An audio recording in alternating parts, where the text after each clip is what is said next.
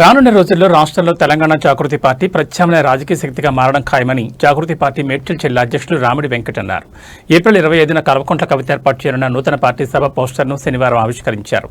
ఈ సందర్భంగా వెంకటరెడ్డి మాట్లాడుతూ మేడ్చల్ జిల్లా మునీరాబాద్లో నిర్వహించే నూతన పార్టీ మహాసభకు అన్ని వర్గాల ప్రజలు తరలివచ్చి కల్వకుంట్ల కవిత ప్రారంభించబోయే రాజకీయ పార్టీకి మద్దతు తెలపాలని కోరారు.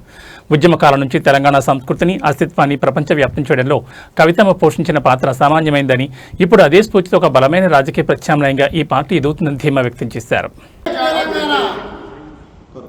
జై తెలంగాణ, జై తెలంగాణ, జై జాగృతి, జై జాగృతి, జై కవితక్క, జై కవితక్క, జై కవితక్క, జై కవితక్క, జై జాగృతి, జై జాగృతి.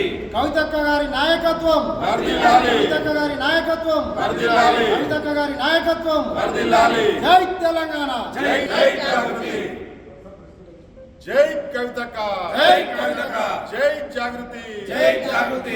కవితక్క గారి నాయకత్వం వర్ధిల్లాలి, కవితక్క గారి నాయకత్వం వర్ధిల్లాలి, కవితక్క గారి నాయకత్వం వర్ధిల్లాలి. జై కవితక్క, జై కవితక్క. నమస్కారం.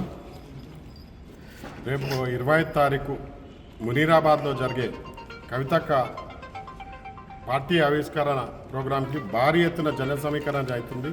భారీ జనాలు మేడ్చల్ మొత్తం ఎక్కడ తెలంగాణ మొత్తంలో నుంచి ఈ పార్టీ ఆవిష్కరణకు భారీ ఎత్తున జన సమీకరణ జరుగుతుంది. కవితక్కకు ఆశీర్వదించి ప్రజలు అతి త్వరలో పార్టీ ఏవైతే బీజేపీ, కాంగ్రెస్, టీఆర్ఎస్ అయితే ఈ పార్టీని చూసి ఎంతైతే భయపడుతున్నారో అదే ఎత్తున తెలంగాణ ప్రజలు అందరూ ఆదరిస్తానికి రేపు పొద్దున 20వ తారీఖు పార్టీ ఆవిష్కరణ అద్వే కన్వెన్షన్కి రావాలని ప్రజల్ని కోరుతున్నాను.